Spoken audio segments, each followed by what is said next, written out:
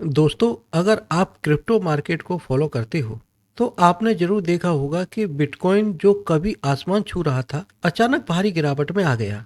एक समय ऐसा आया जब बिटकॉइन लगभग 1,25,000 डॉलर के आसपास ट्रेड कर रहा था और अब यह 70,000 डॉलर के नीचे आ चुका है। तो सवाल यह है कि आखिर ऐसा क्यों हुआ? क्या बिटकॉइन खत्म हो रहा है? क्या अभी और गिरावट आ सकती है? और इतिहास में पहले जब गिरावट आई थी तब क्या हुआ था? आज की वीडियो में हम बिटकॉइन की पूरी सच्चाई समझेंगे, बिना किसी हाइप और बिना किसी डर के। सबसे पहले एक चीज समझना जरूरी है, बिटकॉइन सिर्फ एक डिजिटल कॉइन नहीं है। यह दुनिया की पहली डिसेंट्रलाइज्ड डिजिटल करेंसी है। इसे कोई सरकार कंट्रोल नहीं करती, कोई बैंक इसे जारी नहीं करता। यह ब्लॉकचेन टेक्नोलॉजी पर चलता है। लोग बिटकॉइन को डिजिटल गोल्ड भी कहते हैं क्योंकि इसकी सप्लाई लिमिटेड है। सिर्फ 21 मिलियन बिटकॉइन ही बने हुए हैं, इनसे ज्यादा कोई खरीद ही नहीं सकता। यही वजह है कि जब डिमांड बढ़ती है तो कीमत तेजी से बढ़ती है, जब डर फैलता है तो गिरावट भी उतनी ही तेजी से आती है। अब आते हैं असली मुद्दे पर। गिरावट कभी एक वजह से नहीं आती, हमेशा कई कारण मिलकर मार्केट को नीचे धकेलते हैं। जब अमेरिका का फेडरल रिजर्व ब्याज दर बढ़ाता है तो क्या होता है? बड़े निवेशक रिस्क वाले एसेट से पैसा निकालते हैं और स्टॉक और क्रिप्टो से पैसा निकालकर बॉन्ड और सेफ एसेट में जाता है। क्रिप्टो मार्केट सबसे ज्यादा प्रभावित होता है क्योंकि यह हाई रिस्क माना जाता है। इतिहास बताता है जैसे ही ब्याज दर बढ़ती है क्रिप्टो में दबाव बनता है। क्रिप्टो का सबसे बड़ा दुश्मन है रेगुलेशन का डर। जब भी कोई देश क्रिप्टो पर सख्त नियम लागू करता है तो मार्केट तुरंत रिएक्ट करता है। चीन ने जब माइनिंग बैन की तब भी यही हुआ। कई देशों ने एक्सचेंज पर जांच शुरू की तब भी यही हुआ। टैक्स नियम सख्त होने पर भी यही होता है। इन सब से निवेशकों में डर पैदा होता है और कीमत गिरने लगती है। क्रिप्टो मार्केट में कुछ बड़े खिलाड़ी होते हैं जिन्हें व्हेल कहा जाता है।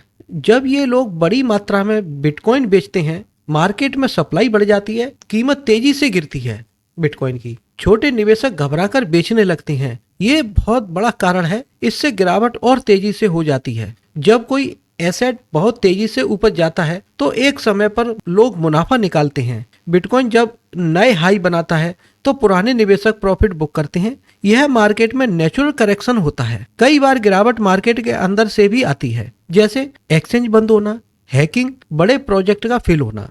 इतिहास में FTX एक्सचेंज के गिरने से पूरी क्रिप्टो इंडस्ट्री हिल गई थी। अब थोड़ा पीछे चलते हैं ताकि समझ सके कि बिटकॉइन पहले कैसे गिरा और फिर कैसे संभला। 2013 में बिटकॉइन पहली बार तेजी से बढ़ा, लेकिन फिर लगभग 80% गिर गया। कारण एक्सचेंज सिक्योरिटी समस्या, मार्केट नया था, भरोसा कम था।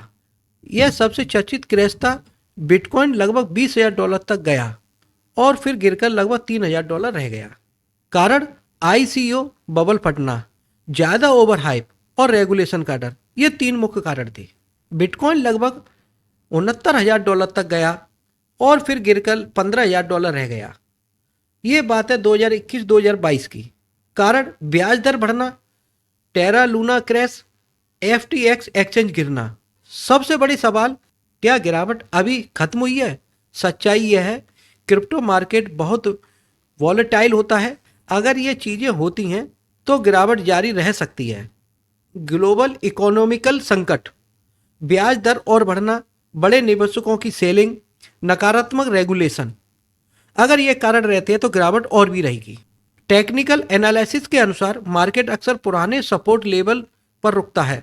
अगर गिरावट जारी रहती है तो मजबूत सपोर्ट पिछले साइकिल के हाई के आसपास बनता है। लॉन्ग टर्म निवेशक वही खरीद शुरू करते हैं, लेकिन ध्यान रखना जरूरी है, कोई भी व्यक्ति 100% सही प्राइस प्रेडिक्ट नहीं कर सकता। इतिहास बताता है हर बड़ी गिरावट के बाद बिटकॉइन में नया हाई बनाया है। इसके पीछे कुछ मजबूत कारण है। लिमिटेड सप्लाई, संस्थागत निवेश बढ़ना, ब्लॉकचेन टेक्नोलॉजी का उपयोग।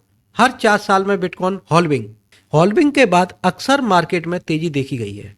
सबसे जरूरी सीख है हमारे लिए, क्रिप्टो जल्दी अमीर बनने का जरिया नहीं है।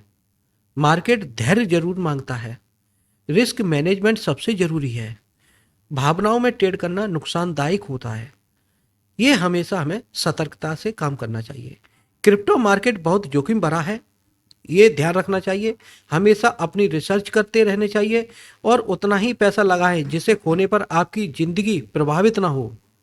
हमेशा इस बात का खास ध्यान रखना चाहिए। तो दोस्तों, बिटकॉइन की गिरावट डरावनी जरूर लगती है, लेकिन अगर इतिहास देखो तो यह मार्केट का हिस्सा है। अगर आपको यह वीडियो जानकारी पूर्ण लगी हो तो वीडियो को लाइक करें, कमेंट करके बताएं आप बिटकॉइन को लॉन्ग टर्म में कैसे देखते हैं। चैनल को सब्सक्राइब करना ना भूलें। अब मैं चलता हूं, आपसे मिलूंगा अगली वीडियो में।